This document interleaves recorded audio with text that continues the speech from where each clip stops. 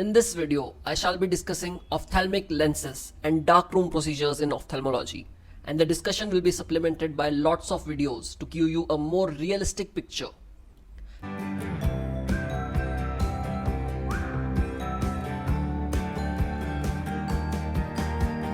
Let's talk about ophthalmic lenses first. This is a trial box or trial case in which ophthalmic lenses used for performing subjective refraction and neutralization are kept. It has various sections like that for minus spherical lenses, plus spherical lenses, minus cylindrical lenses, plus cylindrical lenses, prism lenses, accessory lenses, and a trial frame. So the basic and most important thing you need to know about the lenses is their identification. Accessory lenses have very unique design, so identifying them is usually not a problem, while other lenses need some evaluation to identify them, especially if powers are not mentioned over them, as in exams or in spectacles. So we try to find out whether it is a plus lens or a minus lens, and then whether it's a sphere or a cylinder. Remember, when holding the lens, if a handle is present, hold the handle. If handle is absent, hold at the markings. So in exam, when you are asked to identify a lens, the first step is to close one eye. Hold the lens in front of the other eye and focus on a distant object. Then move the lens in vertical and horizontal directions and then rotate the lens. While doing this, note the following points. Is there any magnification or minification of image? What is the direction of movement of the image with respect to that of lens? Does the image move both during vertical and horizontal movements or only during one of them? And is there any distortion on rotation? The first 2 points will tell us if it's a plus lens or a minus lens, and the next 2 points will tell us if it's a sphere or a cylinder. So if there is magnification of image and the direction of movement of the image is opposite to that of lens, that means it's a plus lens. If the image moves during both vertical and horizontal movements and there is no distortion on rotation, that means it's a plus spherical lens. But if the image moves only during one of the movements and there is distortion on rotation, that means it's a plus cylindrical lens. This happens because cylindrical lens acts only on one axis and the other axis perpendicular to it has zero power, as compared to a spherical lens which has same power all over it. Have a look at this video. There is magnification of image and the direction of movement of the image is opposite to that of lens, which means it's a plus lens. The image is moving during both vertical and horizontal movements, and on rotation there is no distortion, which means it's a plus spherical lens. These plus spherical lenses are used for correction of refractive errors like hypermetropia, aphakia and presbyopia, in which the rays of light are focused behind the retina. A plus sphere will help focus these rays over the retina. It is also used in various low vision aids. Different instruments also use plus sphere. A direct ophthalmoscope has both plus and minus spherical lenses, and a wheel is used to select the lens of choice and adjust the focus. Dialing the wheel clockwise increases the power, while anti-clockwise rotation decreases the power. For performing indirect ophthalmoscopy, a 20 diopter plus spherical lens is used. Microscope, synaptophore and corneal loupes also use plus spheres. 90 diopter or 78 diopter plus spherical lens is used for fundus biomicroscopy with a slit lamp. Other uses are in a Plaxido disc, identification of malingering, and different condensing lenses for laser therapy. Let's look at the second lens. There appears to be a slight magnification of image. Movement of the image is in opposite direction, which means it's a plus lens. Image is moving only during vertical movement but not during horizontal. That is, image is moving only during one of the movements. And there is also distortion on rotation.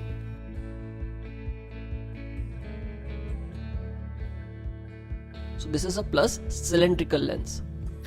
Cylindrical lenses in general are used for correction of astigmatism. A plus cylindrical lens is used in correction of regular hypermetropic astigmatism. Now if there is minification of image and direction of movement of image is same as that of lens, that means it's a minus lens. If image moves during both vertical and horizontal movements and there is no distortion on rotation, that means it's a minus spherical lens.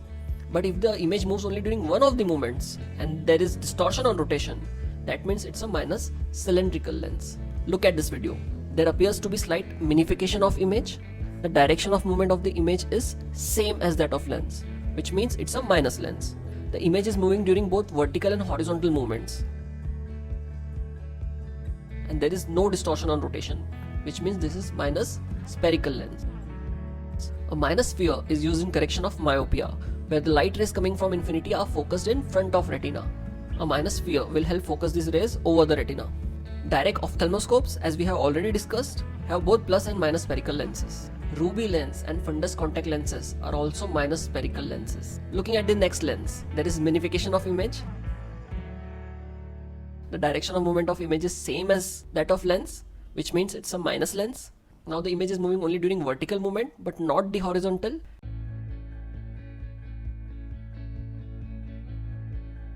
And on rotation there is distortion of image, which means it's a minus cylindrical lens. A minus cylinder is used in correction of regular myopic astigmatism. Apart from this, there are some add-on clues that you can use. Like the plus lenses are thicker in the center and thinner in the periphery, while minus lenses are thin at the center and thicker at the periphery. But these differences might not be very obvious in low-powered lenses. Spherical lenses have got a handle and axis marking is absent, while in cylindrical lenses, handle is absent and markings are present. But these are just add-on clues. So do not answer only on basis of these, because there can be some trick questions. Like, look at this lens. There is no magnification, no minification, no movement of image.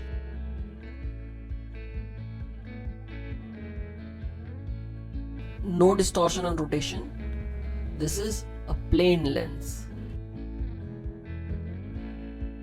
And have a look at this lens. This is different from all the other lenses we have seen today. Here the image is displaced towards one side. There is no movement of image.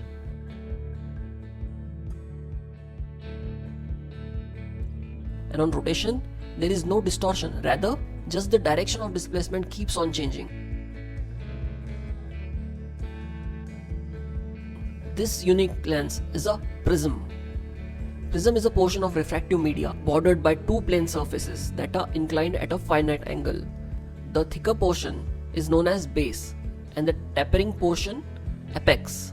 Looking at the optics of prism, it bends the incident ray of light towards the base. So if we trace the emergent ray backward, it appears to be coming from a point that is more towards the apex. So the image of the object is shifted towards the apex. Prisms commonly used in ophthalmology are trial prism, loose prism and prism bar, which consist of multiple prisms mounted over a bar in a graded manner. So as you can see, with progressively increasing power of lens, displacement of image keeps on increasing.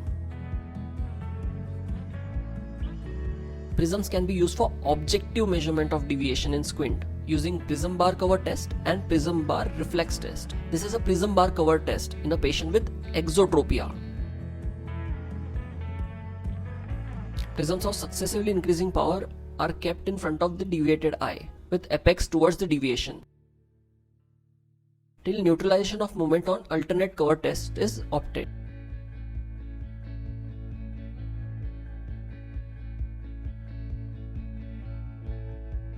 It can also be used along with Maddox rod for subjective measurement of deviation, and it has many other diagnostic and therapeutic uses. Many instruments also use prism. For example, a Goldman applanation tonometer, in which circular area of contact is converted into two semicircles using a prism. Other instruments like indirect ophthalmoscopes, slit lamps, etc. also use prism. They are also used in hemianopic spectacles and low vision aids. The next lens is a pinhole, which is a black disc with central hole of around 1 mm diameter attached to a handle. In a patient with refractive error, light rays are not focused over a point on retina. Rather, a blur circle is formed. What pinhole does is, it eliminates all the other rays except the central one, which passes through the nodal point of the eye, thus giving a clearer image by abolishing the effect of refractive error to some extent. It can neutralize refractive errors of up to 4 diopters. So when a patient complains of diminution of vision, he is asked to look at the Snell's chart. Pinhole is placed in front of one eye, other eye is closed. He is asked whether his vision is better, unchanged or worse. If the image improves, that means patient has a refractive error. If the vision is unchanged, that means there is some ocular pathology. A decrease in vision indicates macular pathology. This is a patient's view of improvement of vision with pinhole. This is a stenopic slit. It is a black disc with slit-like opening that is 1 mm in width and 15 mm in length and a handle. It basically acts as an elongated pinhole. It is used in detection of axis for prescribing cylindrical lens. Fincham test to differentiate glaucomatous halos from cataractous halos. In case where corneal opacity is off-center and encroaches onto the pupillary area, an optical iridectomy may help in providing good ambulatory vision. Stenopic slit helps to find out the best meridian for optical iridectomy. It is also used as a part of Maddox wing. Red-green goggle is red on one side and green on other. If goggle is not available, red and green lenses can be mounted on a trial frame. Red is put over the right eye, green over the left eye. It is used to dissociate binocular single vision in various tests like Wirth's 4-dot test, diplopia charting, and Hess screen test. The next lens is a Maddox rod. It consists of multiple cylinders placed side by side with their axes parallel to each other. Now look what this arrangement of cylinders does to a point source of light. As you can notice, it converts the point source of light to a linear streak. This streak is perpendicular to the axis of cylinder. So here, when the axis of cylinder is horizontal, the streak is vertical.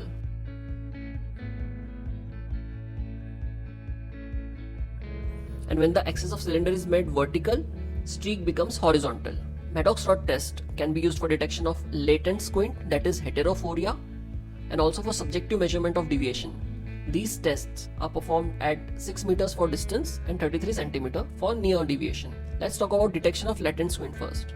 Suppose there is a patient of latent squint, say exophoria.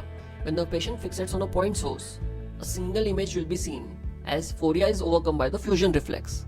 But when Maddox rod is held in front of one eye, image of the point source of light becomes dissimilar between two eyes, and thus fusion becomes dissociated and heterophoria becomes manifest. So in a patient with exophoria, light will now fall on the retina on a point that is more temporal to the fovea. So the image will be seen as being more nasal, and thus patient will have crossed diplopia. So in exophoria, there is crossed diplopia. In esophoria, light will fall on a point on retina that is more nasal to the fovea. So image will be shifted temporally. So in right eye exophoria, patient will see the line towards left. In right eye esophoria, towards right. In hypophoria, eye goes down and the red line is seen up. In hyperphoria, eye goes up and the red line is seen down. So remember, in all cases of Maddox rod test, eye behind the Maddox rod is deviating opposite to the direction of red line. Note that for testing vertical deviations, we will need a horizontal streak, so the orientation of Maddox rod cylinders is kept vertical. Subjective measurement of deviation can be done using Maddox rod. For this, Maddox rod is placed in front of one eye and prism in front of the other eye, and the power of prism is kept on increasing until the images overlap. The power with which orthophoria is achieved will be the measure of subjective deviation. Both vertical and horizontal deviations can be measured, but the test cannot differentiate a phoria from tropia. Subjective torsion can also be measured. For this, double Maddox rod test is used, in which the patient fixes on a point source of light. Each Maddox rod is initially placed at 90 degrees in the trial frame. If necessary, a vertical prism is placed in front of one eye to disrupt fusion. A patient with normal subjective torsion will perceive two parallel horizontal lines. If an eye has abnormal torsion, lines will not be parallel, and the patient is asked to rotate appropriate Maddox rod until lines become horizontal and parallel. The degree of subjective torsion matches the final position of Maddox rod. For example, if a patient rotates lens from 90 to 95 degrees, the right eye has subjective extortion of 5 degrees. Coming to the last part of trial box, that is a trial frame. Trial frame has various compartments. First compartment, the one which is nearest to the eye, is for high powered lenses. Usually the plus lenses or near addition lenses used to correct the presbyopia. We want these lenses to be as close to the eye as possible, because as the distance of plus lenses from the eye increases, its effective power also increases. The second compartment is for spherical lens, third for cylindrical lens, and fourth for accessory lenses. Trial frame also has markings which are in form of cross. Horizontal line should align such that it cuts to the center of pupil. This is done by adjusting the nose rest. Vertical line should be aligned such that it cuts vertically through the center of pupil. This is done by adjusting the interpupillary distance, IPD. As you can see in this case, these lines are not bisecting the center of pupil and need adjustment. Proper alignment will ensure that the patient views the chart through the center of trial lens. Temple adjustment can be done for adding pentoscopic tilt to the frame. This is done to make it similar to the actual frame which the patient will wear. Pentoscopic tilt is the amount by which the frame is tilted with respect to the plane of face. So by rotating the knob, both nose rest and IPD can be adjusted.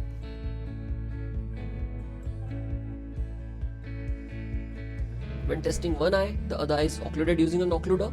Spherical lenses are placed in second compartment, and as they have handle, they can't be rotated completely. And the rotation is not even needed as their power is uniform throughout. Cylindrical lenses are placed in third compartment, where markings are present, and they can be rotated 360 degrees to bring its axis to the desired marking.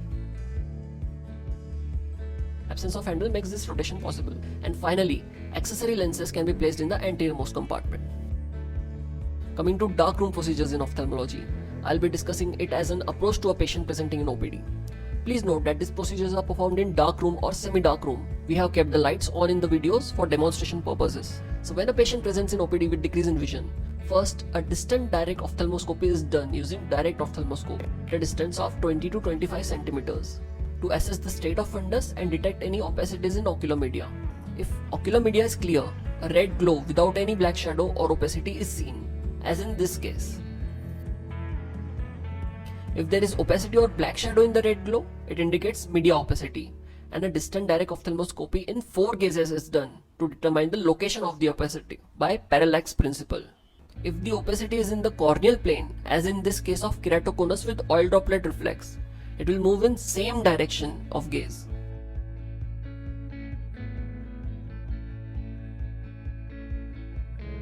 Opacity in iris plane will have no movement in gazes. If opacity is in the lens, as in this case of zonular cataract, it will move in a direction that is opposite to the direction of gaze. Sometimes there will be total absence of glow, even on different gazes. Like in the right eye of this patient. This is seen in vitreous hemorrhage and mature senile cataracts.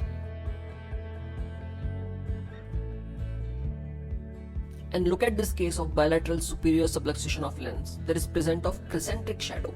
Distant direct ophthalmoscopy is said to be the best test for subluxated lenses. So this was when there was media opacity. If media is clear and yet there is decrease of vision, then a pinhole test should be performed. If there is improvement in the vision with pinhole, it indicates refractive error and a refraction should be performed. If there is no improvement with pinhole, it indicates posterior segment pathology, and a direct or indirect ophthalmoscopy should be performed. Let's look at refraction. Objective refraction consists of retinoscopy and autorefraction. Subjective refraction consists of adjustment of refraction, refinement of cylinder, refinement of sphere, binocular balancing, and correction of near vision. Retinoscopy is done with the help of retinoscope, which may be a reflecting mirror retinoscope like plane mirror or Chrysler Smith, or a self-illuminated retinoscope like spot retinoscope and streak retinoscope. The patient is made to sit at a distance of 1 meter. However, in practice, working distance of an arm length, that is 2/3 of a meter, is preferred, as it is more convenient and the examiner can easily hold the lenses in his left hand. Patient is asked to look at a far point to relax accommodation. However, when cycloplegic is used, patient can look directly into the light. The retinoscope is moved and movement of the retinal reflex is observed. Following observation and inferences are possible with plane mirror retinoscopy done at 1 meter.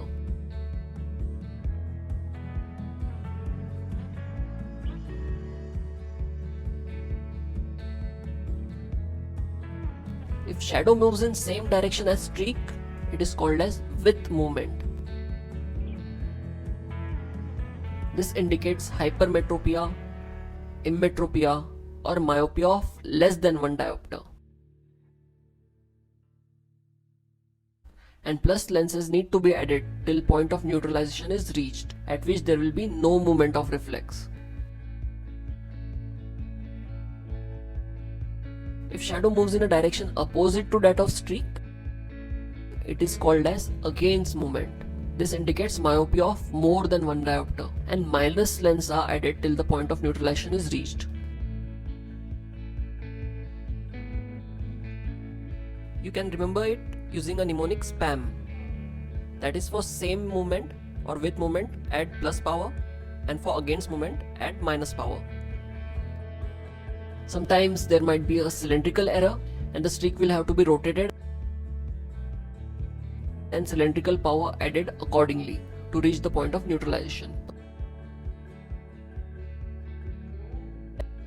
A common source of confusion here is that why is the point of neutralization at myopia of 1 diopter and not at emmetropia. To understand this, we need to know that there are 3 stages of retinoscopy. First stage is the illumination stage, in which the subject's retina is illuminated with the light of retinoscope. Second stage is reflex stage, in which the image of illuminated area of the retina is formed at the far point of the patient. Third stage is the projection stage, in which the reflex shadow is observed by the observer. Depending upon where the image is formed with respect to the observer, with, against and neutral reflex will be seen.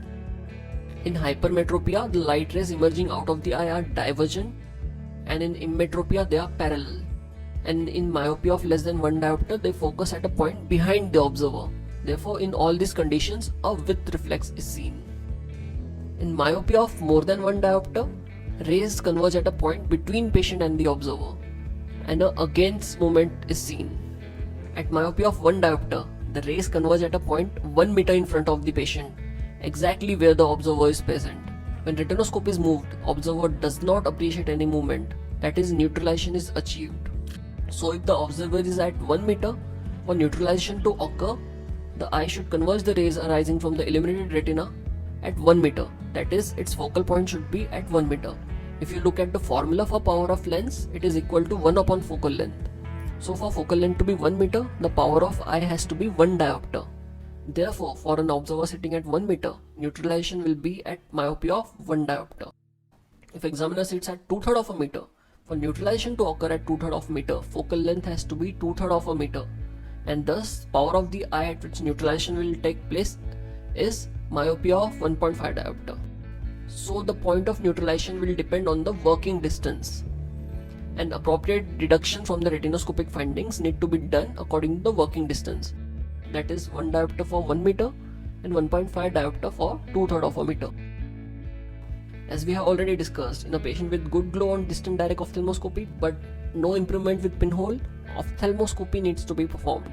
In direct ophthalmoscopy, the examiner stands on the side of the eye to be examined. Patient is asked to look straight ahead. When examining the right eye of patient, examiner holds the ophthalmoscope in his right hand and examines with his right eye. Examiner moves as close to the patient's eye as possible, theoretically at the anterior focal plane of the patient's eye, which is around 1.5 cm from the cornea. And for left eye of the patient, scope in his left hand and examine using left eye. This is the view of the fundus that examiner gets during direct ophthalmoscopy, which is around 5 degrees. Once retina is focused, blood vessels can be traced back to the disc. Details of disc, macula and blood vessels are noted. Indirect ophthalmoscopy can be performed to get a larger view of around 45 degrees. It gives a 3D stereoscopic view and is also useful in hazy media. Comparing the images obtained on direct and indirect ophthalmoscope, the image is erect, virtual and 14 to 15 times magnified in direct ophthalmoscope, and that on indirect ophthalmoscope is real, inverted and around 3 times magnified. Thanks for watching the video.